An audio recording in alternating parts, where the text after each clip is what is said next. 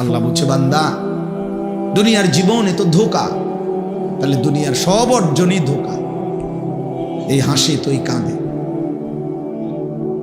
এই রোদ তো এই বৃষ্টি, এই আলো এই অন্ধকার, এই আনন্দ এই বেদনা, এই সুস্থ এই অসুস্থ, এই বাসর এই ফাঁসি, খালাস, এর নাম দুনিয়া। ধোঁকা, কোনোটাই স্থায়ী না, কোনোটাই টেকসই না, কোনোটাই মজবুত না। এজন্য শুধু শুধু নিজেকে, আজকে আমি একজনকে বলছি যে ভাই প্রতিদিন ঘন্টার পর ঘন্টা, এক তালেব এলেমরে বলছি, নিজের ছবি নিজেই ফেসবুকে দিতেছ আর নিজের ঢোল নিজেই বাজাইতেছ, এটা সুস্থ মানুষের কাজ না, কোনো স্বাভাবিক মানুষের কাজ না। যে ভাই আমার সৌন্দর্য আমিই দেখাইতেছি, যে দেখেন আপনারা আমার চুল কি সুন্দর, আমার হাঁটা কি সুন্দর, তো তোমার ঢোল তুমিই বাজাইলে। এই জন্য আমার একটা ব্যক্তিগত ফতুয়া আছে, এটা আমার নিজস্ব ফতুয়া। সেটা হলে যত ছেলে পেলে সেলফি তোলে, মানে নিজের ছবি নিজে উঠায়, এগুলা সব প্রতিবন্ধী। হ্যাঁ, এগুলা তারসিরা, এগুলো মূলত তারসিরা, প্রতিবন্ধী আর কি, যার কারণে নিজের হাসে নিজে হাসে, মানে হে অবাক, হের সুন্দর দেখতে, আরে সুবহানাল্লাহ, আমারে কি সুন্দর লাগতে আছে, কি আশ্চর্য রে, মানুষ যে আমার চিনল না, আমি এত সাংঘাতিক লাগতে আছে আমার। হ্যাঁ বাস্তব, তুমি ভালো ডাক্তার দেখাও, ডাক্তার বলবে যে আপনার ব্রেনে অনেক দিন আগে সমস্যা হয়েছে, আপনি জানেন না। পরিচিত ডাক্তার যদি কারো না থাকে, আমার কাছে আছে, আমি 1 মাস হয় পাবনা বিশাল মাহফিল করে আসছি, ওইখানে আমার পরিচিত অনেক লোক আছে, উপযুক্ত জায়গায় চিকিৎসার জন্য। এরপরে নাঙ্গলকোটেরও যে হসপিটালে, উনি মেন যিনি ছিলেন, উনি আমার আত্মীয়, কামরুজ্জামান সাহেব, আমার মামির ভাই, আপন মামির ভাই, যিনি মেন ডাক্তার কামরুজ্জামান সাহেব ছিলেন আমার আপন বড় মামির ভাই।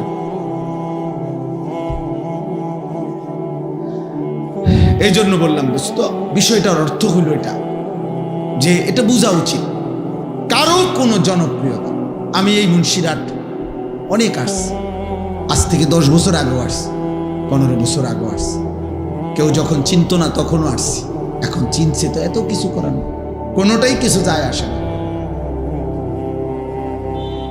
খোদার কসম, কোনোটার মধ্যে কোনো বিশেষত্ব নেই, ঈমান আমলের ভিত্তিতেই মর্যাদা, আখিরাতেই ফয়সালা হবে।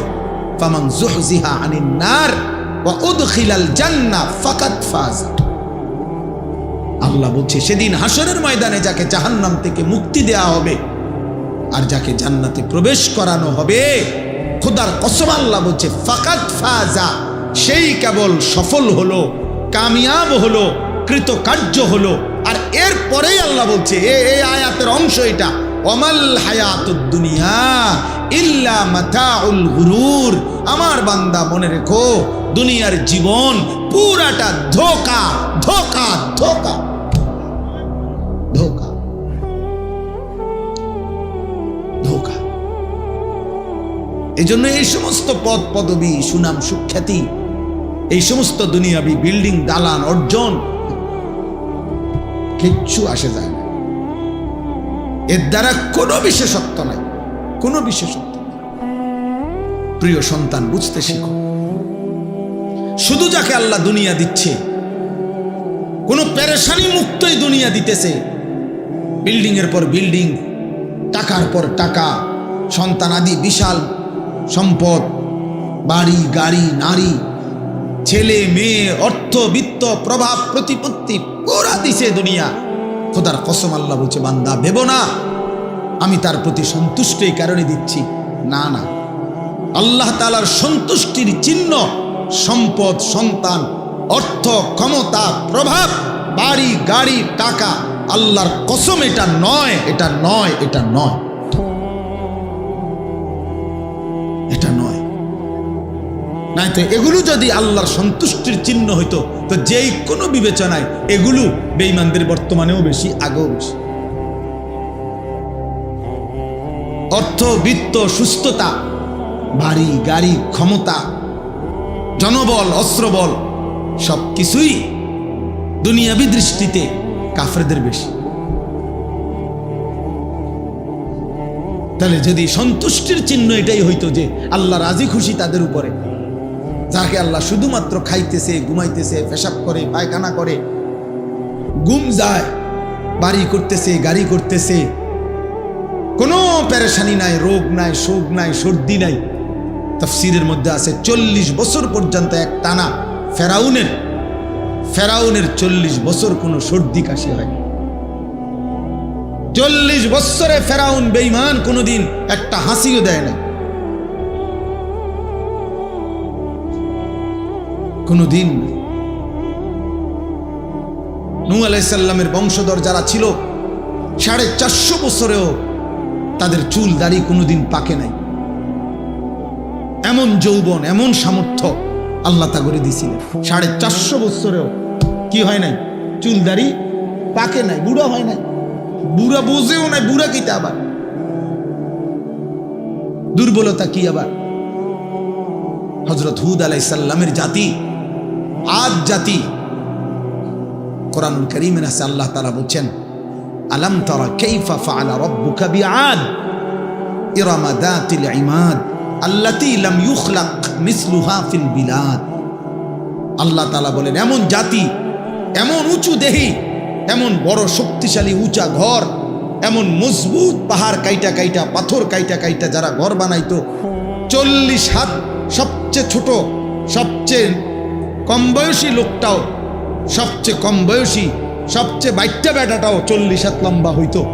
যেই জাতি, সেই জাতি আদ জাতি, যারা হুদ আলাইহিস সালাম তাদেরকে যখন ঈমানের দাওয়াত দিছে, কালেমার দাওয়াত দিছে, শিরিক ছেড়ে দিতে বলছে, আল্লাহর নাফরমানি ছেড়ে দিতে বলছে, আর বলছে নয়তো আযাব আসবে, আযাব আসবে।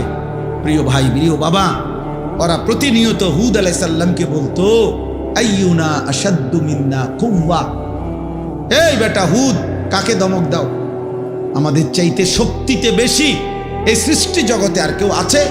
কারে দমক দাও? কেডা আযাব দিব? সাইবা ডাকো, কে সে? কে আমাদের চাইতে শক্তিতে বেশিটা কে? এমন অহংকারী ছিল। আল্লাহ তাআলা বলেন, আচ্ছা শক্তিতে বেশি কে জানো না? আমি আল্লাহ, আমি দেখাইতেছি। তো আল্লাহ বলেন, আমি তাদের উপরে একদিন রাত গভীরে ঝড় তুফান শুরু করছি। সূরা আল হাক্কার মধ্যে আছে 7 লায়ালিন ওয়া 8 আইয়াম।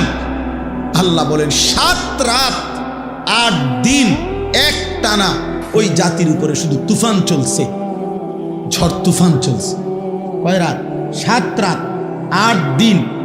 কোরআন শরীফের আয়াত, 7 লায়ালিন ওয়া 8 আইয়ামিন হুসুমা ফাতারাল কওমা ফিহা সারআ। আল্লাহ বলেন 7 রাত আর 8 দিনের লাগাতার তুফানে লম্বা লম্বা খেজুর গাছের মতো মানুষগুলো আগা ভাঙ্গা, যেভাবে গাছ ভাঙ্গা পড়ে তুফানে, এইভাবে এই মানুষগুলো আল্লাহ বলেন কোলের বাচ্চা, পেটের বাচ্চা, ছোট বড়, জোয়ান বুড়া, নারী পুরুষ সবগুলো এইভাবে ভাঙ্গা ভাঙ্গা ঠাস ঠাস করে জমিনে পড়ে সব ধ্বংস হয়ে গেছে। দোস্ত আমার, এত কম বয়সে এমন অহংকারী করো না। মাত্র 16 বছর বয়স, 1 ওয়াক্ত নামাজ পড়ো না। হ্যাঁ, খুব বেশি গাদ্দারি করতেছ আব্বা, বাড়াবাড়িটা কিন্তু বেশি হয়ে গেছে। তোমার মতো এত কম বয়সী মানুষের বাচ্চা এত বড় বেয়াদব হবার কথা না আব্বা। মুসলমানের ঘরে জন্ম নিয়ে, তোমার বাবা মুসলমান, মা মুসলমান, তোমার সৃষ্টিকর্তা আল্লাহ, তোমার নবী মুহাম্মদুর রাসূলুল্লাহ সাল্লাল্লাহু আলাইহি ওয়াসাল্লাম, তোমার কিতাব কোরআন, তোমার ধর্ম ইসলাম, অথচ 1 ওয়াক্ত নামাজ পড়তে মন চায় না। সারা রাত নারীর ছবি দেখো, উলঙ্গ দৃশ্য দেখো, মোবাইলের নর্তকী দেখো। খুব বেশি বাড়াবাড়ি হয়ে গেছে। এত কম বয়সে মুসলমানের সন্তান কোন যুগে এত বড় গাদ্দার ছিল? আমার এটা খুব বেশি ভয়ের বিষয়, আমি বেশি টেনশন করি। এটা এত কম বয়সে ইতিপূর্বেও তো পৃথিবীতে মুসলমান ছিল, মুসলমানের শিশু সব যুগেই তো ছিল ভাই। জমিনে যতক্ষণ মানুষের অস্তিত্ব আছে ততক্ষণ 3 স্তরে আছে। সুম্মা ইউখরিজুকুম তিফলান সুম্মা লিতাবলুগু আশুদ্দাকুম সুম্মা লিতাকুনু শুয়ুখা। আল্লাহ বলেন, আমি তো মায়ের পেট থেকে শিশু বের করে এনেছি, আমি তো ধীরে ধীরে পূর্ণ শক্তি দিয়ে যৌবনে পৌঁছাইছি, আমি আল্লাহই তো আবার বৃদ্ধ বানাচ্ছি। তাহলে পৃথিবী যতক্ষণ আছে, অতএব এখানে বাচ্চাও আছে, এখানে যুবকও আছে, এখানে বৃদ্ধ আছে, আছে কি না বলেন? এখানে বিচিত্র বয়সী আছে না? এখানে 6 বছরের বাচ্চাও আছে, 60 বছরের বুড়াও আছে, এখানে 20 বছরের যুবকও আছে, 50 বছরের বয়স্ক লোকও আছে, আছে কি না বলেন?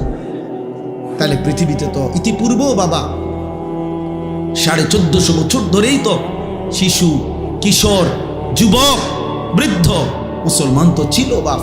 কিন্তু এইভাবে লাগাতার মহল্লাকে মহল্লা, ঘরকে ঘর, গ্রামকে গ্রাম, এইভাবে বেনামাজি, এইভাবে লাইন ধরে যুবক তোমরা চুলের ফ্যাশন করতেছ, নারীর ছবি দেখতেছ, মোবাইলের আড্ডা দিতেছ, উলঙ্গ ছবি দেখে রাত পার করে দিচ্ছ, 5 ওয়াক্ত নামাজ পড়ছ না। আহা, খোদার 365 দিনে কোনো দিন একদিনও ফজরের নামাজ পড়ছ না। মুসলমান কোন যুগে এত নিকৃষ্ট জানোয়ার মুসলমান ছিল না বাপ। ইসলামের ইতিহাস এমন ছিল না রে বাপ। এই পৃথিবীতে যুগ যুগ ধরে, এই 1450 বছরের, এই 1500 বছরে এখন হেসে আমরা বড় বেশি দুর্বল হয়ে গেছি। আজকে ইহুদিরাও আমাদেরকে চোখ রাঙায়, খ্রিস্টানরাও চোখ রাঙায়, হিন্দু উগ্র সন্ত্রাসী ইসকনের গুন্ডারাও আমাদেরকে চোখ রাঙায়। আমাদের নারীর ইজ্জত ভুলণ্ঠিত, আমাদের বোনের সম্ভ্রম ভুলণ্ঠিত, আমাদের ইমামের নিরাপত্তা নাই, আমাদের 13 বছরের মুসলিম কন্যার নিরাপত্তা নাই। কি করছো বাপ তোমরা? কি করছো বাপ? বলো না আব্বা। আজকের সারা দিনে যারা মুসলমানের বাচ্চা হয়ে এক ওয়াক্ত নামাজ পড়লা না, একটা সেজদা দিলা না, মানুষের বাচ্চা এত বড় নিকৃষ্ট হয় কেমনে বাপ? তোর মা মুসলমান না? তোর বাবা মুসলমান? তোকে এক মা 2 বছর দুধ পান করায় না? তোর সেই মা তোকে ছোটবেলায় কত লক্ষবার আল্লাহর নাম শোনায় নাই?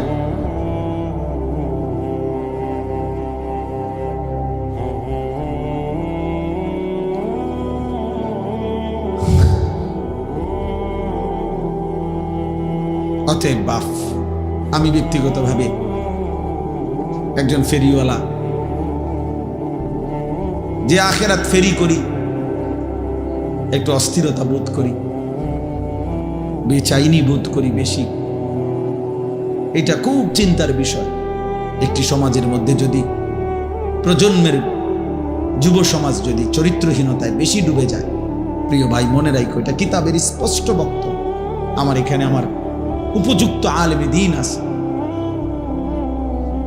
একটি সমাজের মধ্যে যদি অসভ্যতা, নারী কেন্দ্রিক গুনাহ যদি বেড়ে যায়, সবচেয়ে বড় ক্ষতি হলো আল্লাহ তাআলা বলছে, ইন্নাল্লাযীনা ইউহিব্বুনা আন তাশিআল ফাহিশাতু ফিল্লাযীনা আমানু লাহুম আযাবুন আলীমুন ফিদ দুনিয়া ওয়াল আখিরাহ।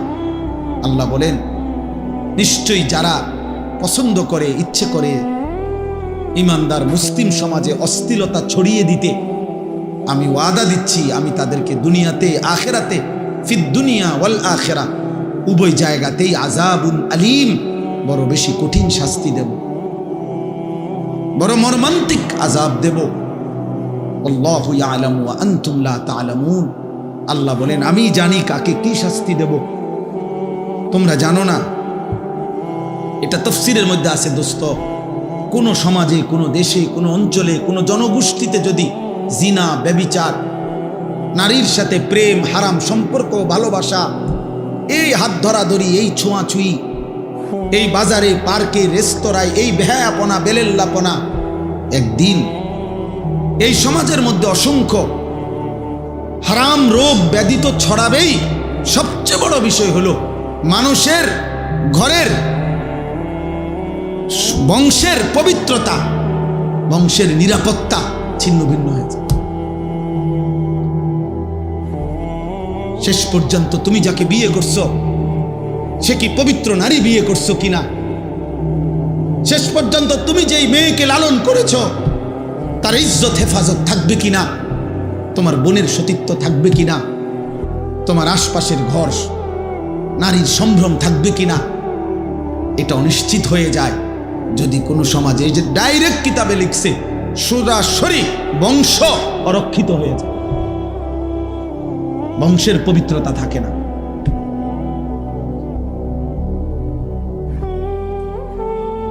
আমি অনুরোধ করছি, একটা ছেলে হইলেও মনে রাখ, আমি ভোট চাইতে আসি নাই যে সবার ভোট আমার দরকার, না না দোস্ত, আমি কোনো প্রার্থী না, আমার কোনো মার্কা নাই, আমি কোনো এক আল্লাহর বান্দার কলিজায় এই কথা মনে করাইতে আসছি, গুনাহ দুনিয়াও কষ্ট দিবে, গুনাহ আখিরাতেও কষ্ট দিবে, গুনাহ এই সমাজ তসতস করে ফেলবে, আল্লাহর নাফরমানি, এই মদ জুয়া, এই জিনা, এই ব্যভিচার।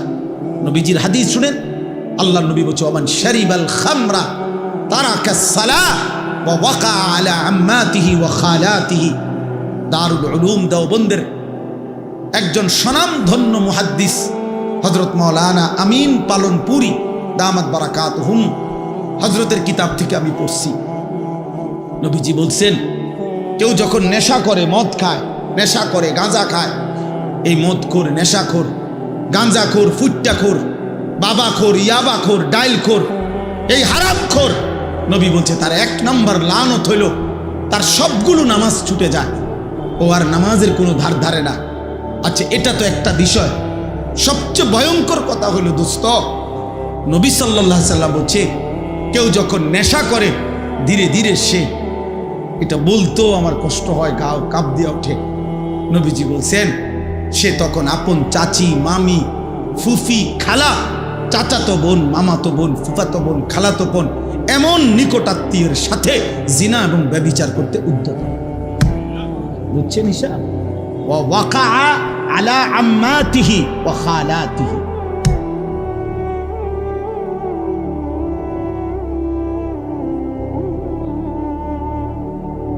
ফ্যামিলি আর নিরাপদ থাকে না, স্বজন আর নিরাপদ থাকে না।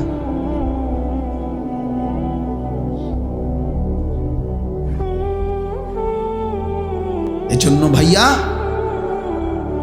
নিজেদের আগামী দিনে আমি অনুরোধ করছি, তোমরা যাদের বয়স 14, 16, 20, 18, তোমাদের আগামী দিনের বেঁচে থাকার জন্য, আগামী দিনে তোমাদের নিজেরা ইজ্জতের সাথে নিজ পরিবার টিকিয়ে রাখার জন্য তুমি ভালো হও, তুমি চরিত্রবান হও, নয়তো তোমার গুনাহ তোমার ঘর জ্বালায় দিবে, তোমার গুনাহ তোমার স্ত্রীরে শেষ করে দিবে, তোমার গুনাহ তোমার সন্তানদেরকে তসতস করে দিবে, তোমার গুনাহ তোমার বাড়ি শেষ করে দিবে, বাড়ি শেষ করে দিবে।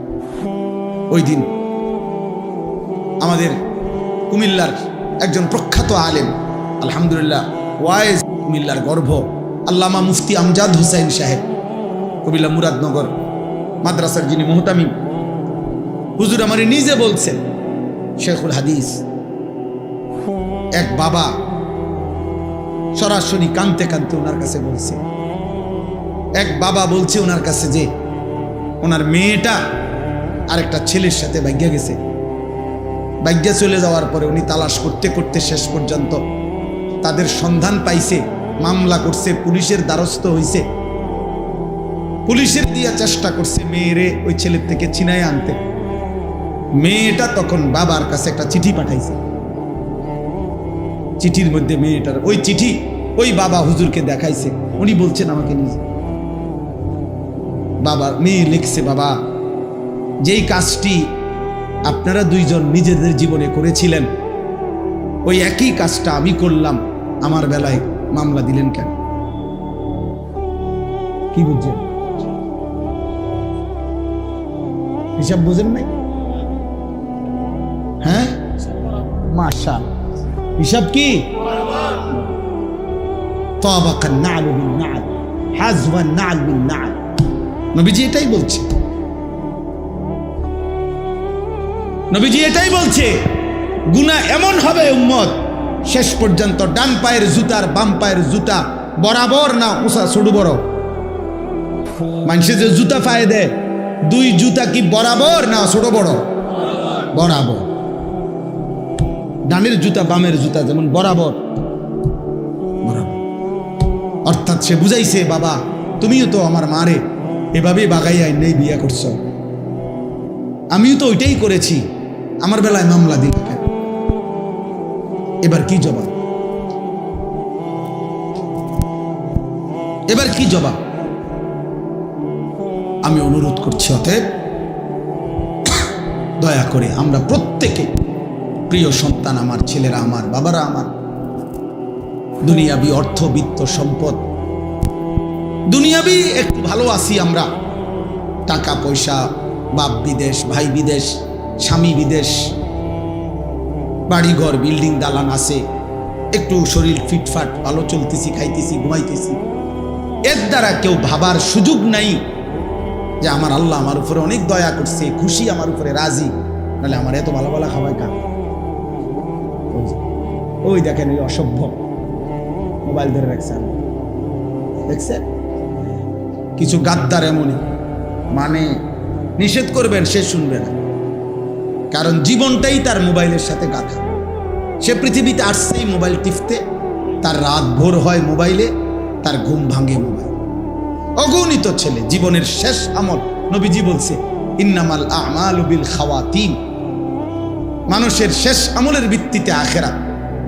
শেষ সর্বশেষ ঘুমের আগে শেষ আমলটা হলো মোবাইলটা শেষ দেখা এটা থুইছে লগে, এটা চাইতে চাইতে চাইতে চাইতে চাইতে মনের অজান্তে কখন যেন ঘুম চলে আসছে। আবার ঘুম থেকে উঠে সর্বপ্রথম বালিশের লগে আতায়া হাত দিয়া চাইছে কি আছে কিনা। তাইলে ঘুমাইতে ঘুমাইতে মোবাইল, জাগতে জাগতে কি? হায় যুবক, এ কেমন রাত শেষ হইল, এ কেমন দিন শুরু হলো, এ কেমন দিন শুরু। মোমেনের রাত শেষ হওয়ার কথা সেজদায়, মোমেনের দিন শুরু হওয়ার কথা সেজদায়। মোমেনের রাত শেষ হবে, মোমেন ঘুম যাবে আল্লাহুম্মা বিসমিকা আমুতু ওয়া আহইয়া। মোমেন ঘুম থেকে জেগে বলবে আলহামদুলিল্লাহিল্লাযী আহইয়ানা বা'দা মা আমাতানা ওয়া ইলাইহিন নুশুর।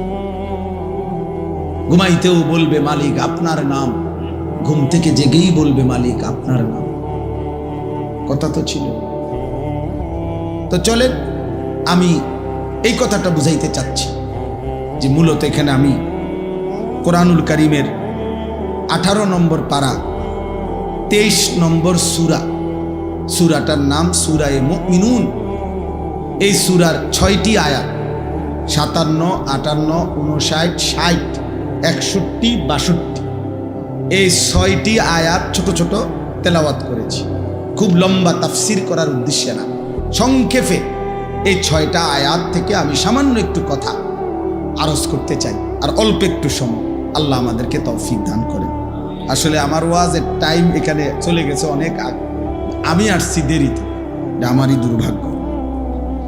তো এখানে এই 6টা আয়াত বুঝবার আগে আগের 2টা আয়াত মানে 55, 56 এই 2টা আয়াত একটা কথা আল্লাহ বলছে, এটা বলে পরের কথাগুলো আল্লাহ পেশ করছে বুঝাইবার জন্য। আল্লাহ তাআলা বলেন, এই আগের 2টা আয়াত শোনেন, মানে 55, 56 শুনতে হবে বুঝার জন্য যেটা বলেছি এখন। আল্লাহ বলেন আয়াহসাবুনা আন্নামা নুমিদ্দুহুম বিহি মিন মালিন ওয়া বানিন নুসারিউ লাহুম ফিল খায়রাত বাল লা ইয়াশউরুন।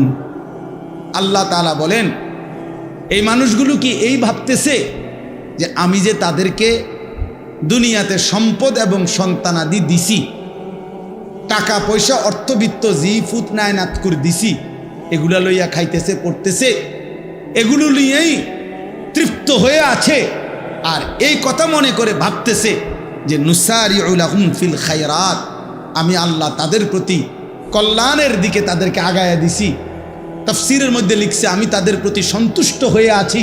তারা কি এই মনে করতেছে এই কারণে যে আল্লাহ আমার প্রতি সন্তুষ্ট, আল্লাহর দয়ায়, আল্লাহর রহমতে, 10 জনের দোয়ায়, আল্লাহর রহমতে খাইয়া পইড়া ঘরে দালানে বিল্ডিংয়ে সোফায় ফার্নিচারে দেশে বিদেশে মিল্লা ফেলে মালটায় সাহে বনে বিরিয়ে আল্লাহর রহমতে হুজুর দোয়া করেন খাস কইরা আমনগো দোয়ায় আমরা ভালো আছি। আমি তাহলে খাস করে আর কি দোয়া করতাম, আগের চাইতে যাতে বিড়ির পরিমাণ বাড়ে, আগের চাইতে যাতে বন, আগে তো বন খাইতেন একটা, খাস দোয়া করি বন যাতে এক বসায় খাইতেন পারেন 10টা।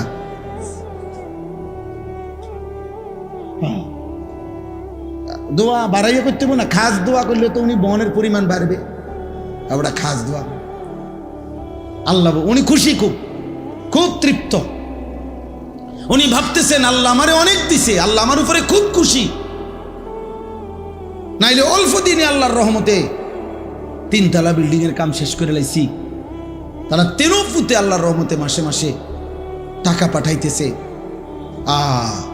এ আল্লাহ বলেন মানুষগুলো ভেবেছে আমি যে তাদেরকে কিছু সম্পদ আর সন্তানাদি জিফুত নায়নাত করে দিছি, এই কারণে আমি তাদের উপরে কল্যাণ করছি, সন্তুষ্ট হয়ে গেছি। বাল্লা ইয়াশউরুন, আল্লাহ বলে না, বরং তারা বুঝে নাই,